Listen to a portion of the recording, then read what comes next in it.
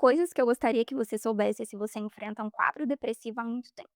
Eu trabalho com transtornos de humor há alguns anos, e principalmente transtornos crônicos, então são pessoas que enfrentam ali um quadro deprimido há muito tempo, já testaram abordagens diferentes, profissionais diferentes, e muitas vezes chegam para mim com muita desesperança de que algo ainda vai funcionar. Vou contar um pouco nesse vídeo o que eu trago ao longo desses atendimentos e perguntas a serem feitas no tratamento de depressão, que são extremamente importantes para que esse tratamento tenha maior probabilidade de funcionar. Se esse é o seu caso, ou se você conhece alguém que está enfrentando um quadro depressivo e essa pessoa às vezes já perdeu as esperanças ou acha que não tem jeito, tem muitas coisas a serem pensadas ou tentadas, e eu vou tentar trazer um pouquinho de tudo nesse vídeo. Eu trabalho com uma prática baseada em evidências, isso significa que eu vou trabalhar com o meu paciente com a melhor evidência científica disponível de acordo com o caso dele. O que a gente sabe hoje na literatura é que para tratar a depressão, o que a gente tem de maior efetividade é a terapia cognitivo-comportamental. Então, quando a gente fala de tratamento para depressão, a gente tem um tripé. Esse tripé inclui medicação psiquiátrica, atividade física e terapia por meio da terapia cognitivo-comportamental. Então, essas 3 são juntas, é o que tem maior chance de funcionar num tratamento de depressão. E eu vou falar um pouquinho de cada área desse tripé. Primeiramente, em relação à medicação psiquiátrica, né, não sou psiquiatra, mas dialogo muito com psiquiatras. Encontrar um psiquiatra que consiga entender de fato a sua demanda, que você tenha um bom vínculo e uma boa relação, é extremamente importante, principalmente para a adesão ao tratamento medicamentoso. Eu percebo que muitas vezes quando o paciente não tem uma boa relação, ou não se sente muito compreendido pelo psiquiatra, dificilmente ele confia ou adere de verdade ao tratamento. Então, o tratamento medicamentoso, principalmente em casos mais crônicos, vai ser muito importante, principalmente para que a pessoa consiga também, lidar com a terapia e com a atividade física, por exemplo, que são as outras partes do tratamento. Então por isso que eu comecei a falar do ponto de vista medicamentoso. Existe um remédio melhor que o outro, qual tomar, não existe um remédio universal que seja o melhor, mas cada um tem, pontos positivos e pontos negativos, então junto com o seu psiquiatra você vai conseguir identificar ali qual que, atende melhor as suas expectativas, qual efeito colateral você não gostaria de lidar de jeito nenhum, assim a pessoa consegue fazer uma indicação mais assertiva para o seu caso. Agora falando um pouquinho mais da TCC, que é a terapia cognitivo comportamental e que é mais meu lugar de fala aqui, né. O primeiro ponto é que, muitas vezes, quando o paciente está deprimido, a maior parte delas, né, ele acaba se afastando de coisas importantes para ele, de pessoas importantes, da sua rede de apoio. Então é como se ele estivesse cultivando ali um certo isolamento da própria vida. Só que entrar ainda mais nesse lugar isolado, distante, pode piorar ainda mais os sintomas. E eu sei que é muito complexo e muito difícil falar isso, porque é a tendência mais natural e normal ali do curso do transtorno, diante do que a pessoa está sentindo, ela não tem ânimo, ela não tem disposição para encontrar alguém, para fazer alguma coisa. Mas ao mesmo tempo, quanto mais ela não faz, menos vontade ela tem de fazer. Então é como se fosse, metaforicamente falando, quanto mais ela cava aquele buraco ali, mais difícil fica sair. Eh, então você diria que a pessoa tem que continuar seguindo a vida normal? Nem sempre isso vai ser possível, né, não vamos lidar aqui com uma realidade que para muitas pessoas não é possível. Não é isso. Mas é de muitas vezes, tentar resgatar certas coisas que são importantes para ela ou que traziam uma sensação diferente antes.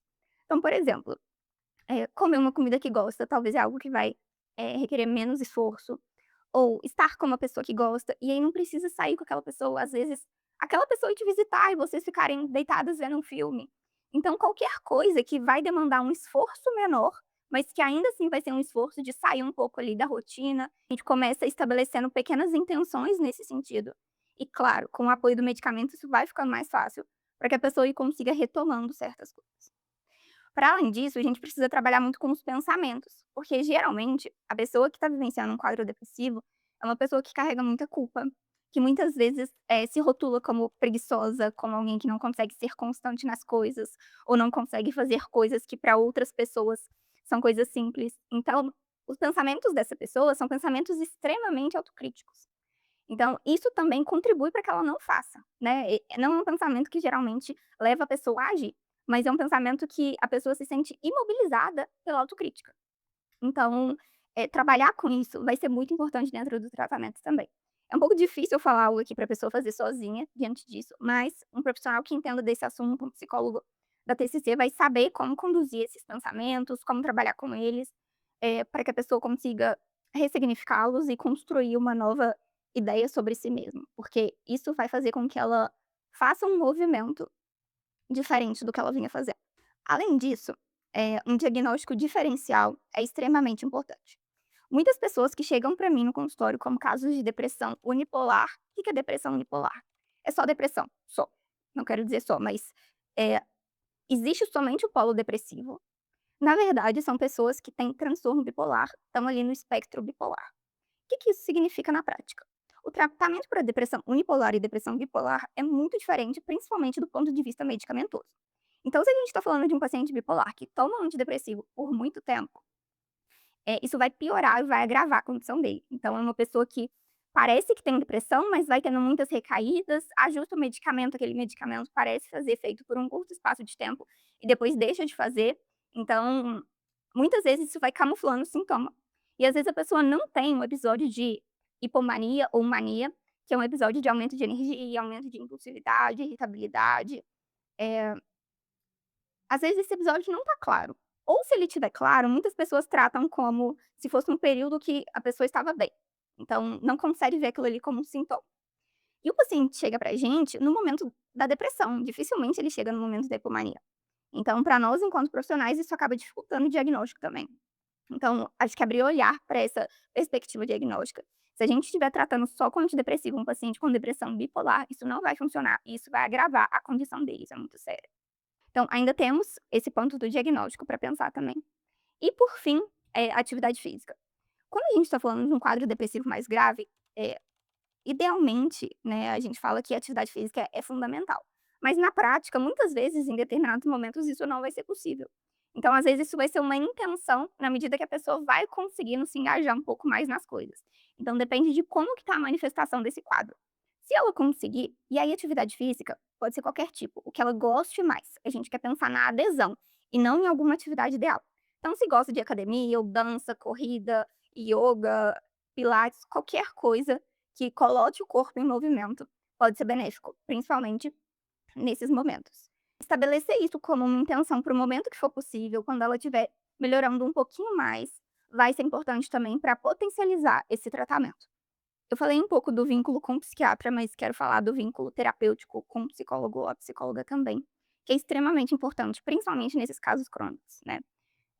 O paciente chega pra gente extremamente desesperançoso, né, como se já tivesse tentado de tudo, já tivesse ido em algum psicólogo e algum psiquiatra, mas nem sempre, o tratamento que ele tentou foi o tratamento que tinha maior chance de funcionar. Infelizmente, isso acontece muito. Então, por N fatores, né, e aí eu trouxe alguns nesse vídeo pra gente entender, mas psiquiatra não é tudo igual, psicólogo não é tudo igual. Então, às vezes você fez uma tentativa ou 2 ou 3, mas não foi com o profissional que mais entendia daquilo. Então fica aqui a minha orientação também de buscar profissionais que já trabalhem, já tenham um aperfeiçoamento maior com transtornos de humor. Assim ele vai conseguir te ajudar de uma forma mais assertiva. Eu vejo melhoras na clínica de muitas pessoas que chegam extremamente desesperançosas.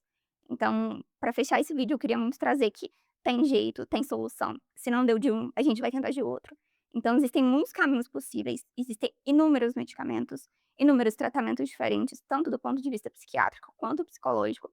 Então, se não deu certo em uma tentativa, existem várias outras tentativas a serem feitas. Se vocês tiverem alguma dúvida sobre esse assunto ou quiserem compartilhar a própria experiência sua ou de algum conhecido aqui nos comentários, fique à vontade, eu vou gostar de ouvir o seu relato. Meu nome é Letícia, eu sou psicóloga clínica e mestre em psicologia na área de cognição e comportamento. E se você se interessa por vídeos como esse, se inscreva aqui no meu canal. Você também me encontra em todas as redes sociais com o usuário Letícia Dutra Psi. Te espero lá.